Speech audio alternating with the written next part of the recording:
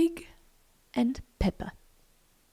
For a minute or two she stood looking at the house and wondering what to do next, when suddenly a footman in livery came running out of the wood. She considered him to be a footman because he was in livery, otherwise, judging by his face only, she would have called him a fish, and rapped loudly at the door with his knuckles. It was opened by another footman in livery, with a round face and large eyes like a frog, and both footmen, Alice noticed, had powdered hair that curled all over their heads. She felt very curious to know what it was all about, and crept a little way out of the wood to listen. The fish footman began by producing from under his arm a great letter, nearly as large as himself, and this he handed over to the other, saying, in a solemn tone, "For the Duchess, an invitation from the Queen to play croquet."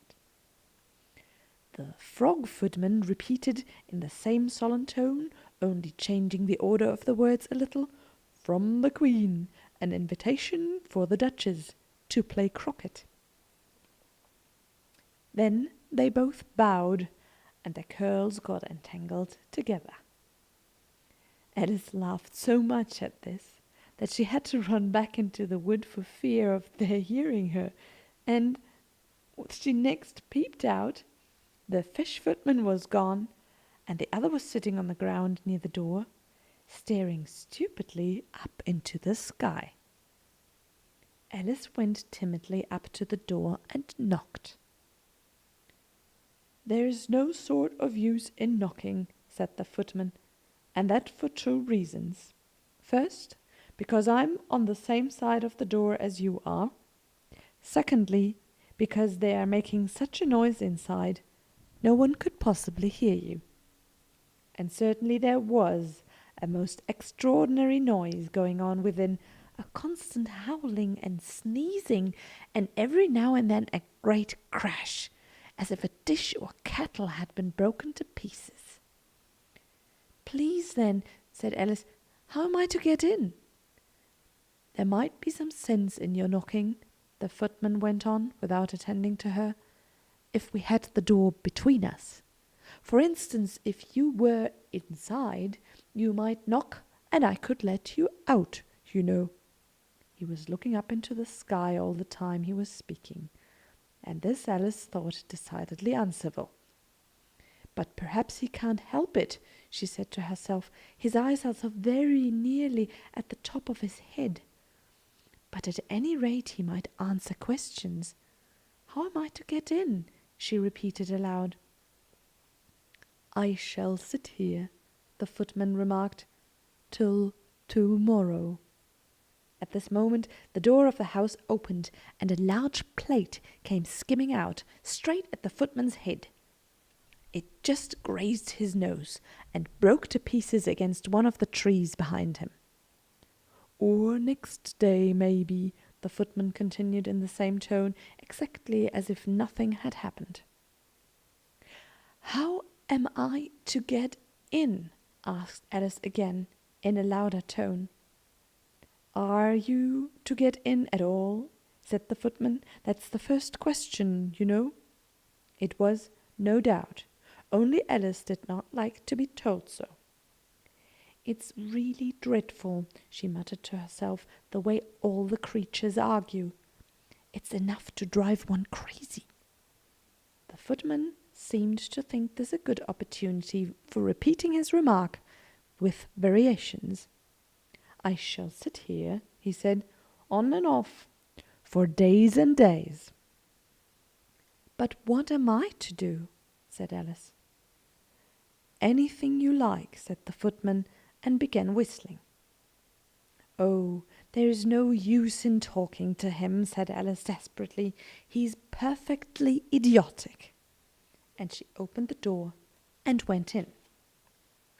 The door led right into the kitchen, which was full of smoke from one end to the other. The Duchess was sitting on a three-legged stool in the middle, nursing a baby. The cook was leaning over the fire, stirring a large cauldron which seemed to be full of soup. "There's certainly too much pepper in that soup," Alice said to herself as well as she could for sneezing. There was certainly too much of it in the air. Even the Duchess sneezed occasionally, and as for the baby, it was sneezing and howling alternately without a moment's pause. The only two creatures in the kitchen that did not sneeze were the cook and a large cat which was lying on the hearth and grinning from ear to ear. "Please, would you tell me," said Alice, a little timidly, for she was not quite sure whether it was good manners for her to speak first, "why your cat grins like that?" "It's a Cheshire cat," said the Duchess, "and that's why." "Pig!"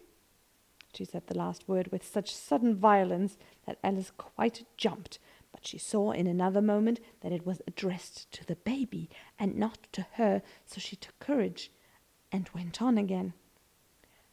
"I didn't know that Cheshire cats always grinned. In fact, I didn't know that cats could grin." "They all can," said the Duchess, "and most of 'em do." "I don't know of any that do," Alice said very politely, feeling quite pleased to have got into a conversation. "You don't know much," said the Duchess, "and that's a fact." Alice did not at all like the tone of this remark, and thought it would be as well to introduce some other subject of conversation. Alice did not at all like the tone of this remark, and thought it would be as well to introduce some other subject of conversation. While she was trying to fix on one, the cook took the cauldron of soup off the fire, and at once set to work throwing everything within her reach at the Duchess and the baby. The fire irons came first. Then followed a shower of saucepans, plates, and dishes. The Duchess took no notice of them even when they hit her, and the baby was howling so much already that it was quite impossible to say whether the blows hurted or not. "Oh, please, mind what you're doing," cried Alice, jumping up and down in an agony of terror. "Oh, there goes this precious nose," as an unusually large saucepan flew close by it, and very nearly carried it off. "If everybody minded their own business," the Duchess said in a hoarse growl, "the world would go round a deal faster than it does." "Which would not be an advantage," said Alice, who felt very glad to get an opportunity of showing off a little of her knowledge. "Just think what work it would make with the day and night. You see, the earth takes 24 hours to turn round on its axis." "Talking of axes," said the Duchess, "chop off her head." Alice glanced rather anxiously at the cook to see if she meant to take the hint, but the cook was busily stirring the soup and seemed not to be listening. So she went on again. 24 hours, I think, or is it 12? "Oh, don't bother me," said the Duchess. "I never could abide figures." And with that she began nursing her child again, singing a sort of lullaby to it as she did so, and giving it a violent shake at the end of every line. "Speak roughly to your little boy, and beat him when he sneezes. He only does it to annoy, because he knows it teases." Then the chorus, in which the cook and the baby joined, "Wow, wow, wow." While the Duchess sang the second verse of the song, she kept tossing the baby violent up and down, and the poor little thing howled so that Alice could hardly hear the words. "I speak severely to my boy, I beat him when he sneezes, for he can thoroughly enjoy the pepper when he pleases. Wow, wow, wow." "Here, you may nurse it a bit if you like," the Duchess said to Alice, flinging the baby at her as she spoke. "I must go and get ready to play croquet with the Queen," and she hurried out of the room. The cook threw a frying pan after her as she went, but it just missed her. Alice caught the baby with some difficulty, as it was a queer-shaped little creature, and held out its arms and legs in all directions. "Just like a starfish," thought Alice. The poor little thing was snorting like a steam engine when she caught it, and kept doubling itself up and straightening itself out again, so that altogether, for the first minute or two, It was as much as she could do to hold it. As soon as she had made out the proper way of nursing it, which was to twist it up into a sort of knot and then keep tight hold of its right ear and left foot as to prevent its undoing itself, she carried it out into the open air. If I don't take this child away with me, thought Alice, they are sure to kill it in a day or two. Wouldn't it be murder to leave it behind? She said the last words out loud, and the little thing grunted in reply. It had left off sneezing by the time. "Don't grunt," said Alice. "That's not at all a proper way of expressing yourself." The baby grunted again, and Alice looked very anxiously into its face to see what was the matter with it. There could be no doubt that it had a very turn-up nose, much more like a snout than a real nose. Also, its eyes were getting extremely small for a baby. Altogether, Alice did not like the look of the thing at all. But perhaps it was only sobbing, she thought, and looked into its eyes again to see if there were any tears. No, there were no tears. "If you're going to turn into a pig, my dear," said Alice seriously, "I'll have nothing more to do with you. Mind now." The poor little thing sobbed again, or grunted. It was impossible to say which. And they went on for some while in silence. Alice was just beginning to think to herself, "Now, what am I to do with this creature when I get it home?" When it grunted again, so violently that she looked down into its face in some alarm. This time there could be no mistake about it. It was neither more nor less than a pig, and she felt that it would be quite absurd for her to carry it any further. So she set the little creature down and felt quite relieved to see it trot away quietly into the wood. If it had grown up, she said to herself, it would have made a dreadfully ugly child, but it makes rather a handsome pig, I think. And she began thinking over other children she knew who might do very well as pigs, and was just saying to herself, if one only knew the right way to change them, when she was a little startled by seeing the Cheshire Cat sitting on a bough of a tree a few yards off. The cat only grinned when it saw Alice. It looked good-natured, she thought. Still it had very long claws and a great many teeth, so she felt that it ought to be treated with respect. "Cheshire Puss," she began, rather timidly, as she did not at all know whether it would like the name. However, it only grinned a little wider. "Come, it's pleased so far," thought Alice, and she went on. "Would you tell me, please, which way I ought to go home from here?" "That depends a good deal on where you want to get to," said the cat. "I don't much care where," said Alice. "Then it doesn't matter which way you go," said the cat. "So long as I get somewhere," Alice added as an explanation. "Oh, you're sure to do that," said the cat, "if you only walk long enough." Alice felt that this could not be denied, so she tried another question. "What sort of people live about here?" "In that direction," the cat said, waving its right paw round, "lives a hatter, and in that direction," waving the other paw, "lives a March hare. Visit either you like. They are both mad." "But I don't want to go among mad people," Alice remarked. "Oh, you can't help that," said the cat. "We are all mad here. I'm mad, you're mad." "How do you know I'm mad?" said Alice. "You must be," said the cat, "or you wouldn't have come here." Alice didn't think that proved it at all.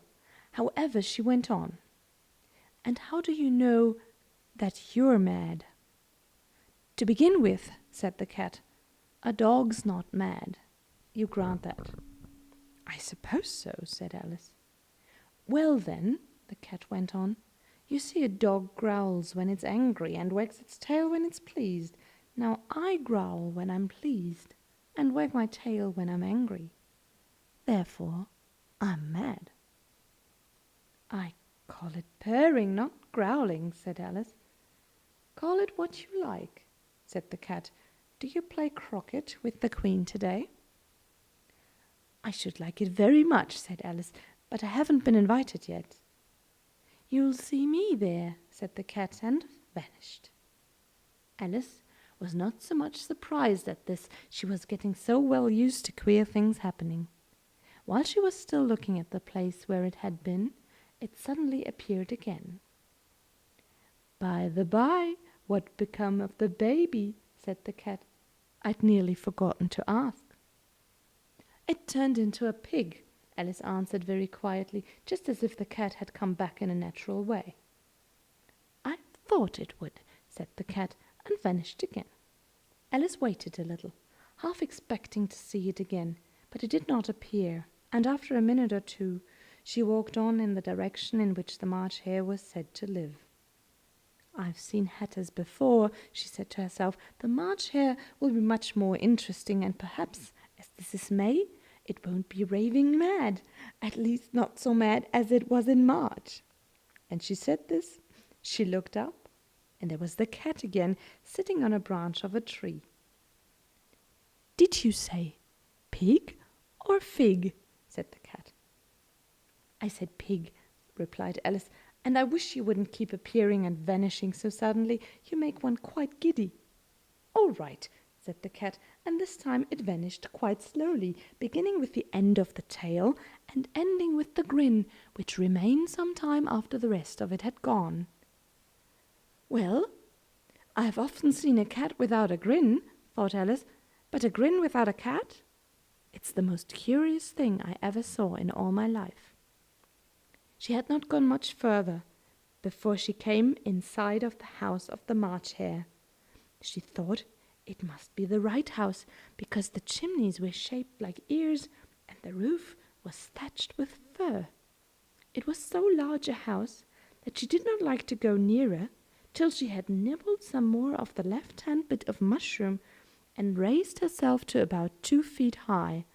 Even then she walked up towards it rather timidly, saying to herself, "Suppose it should be raving mad after all. I almost wish I'd gone to see the hatter instead."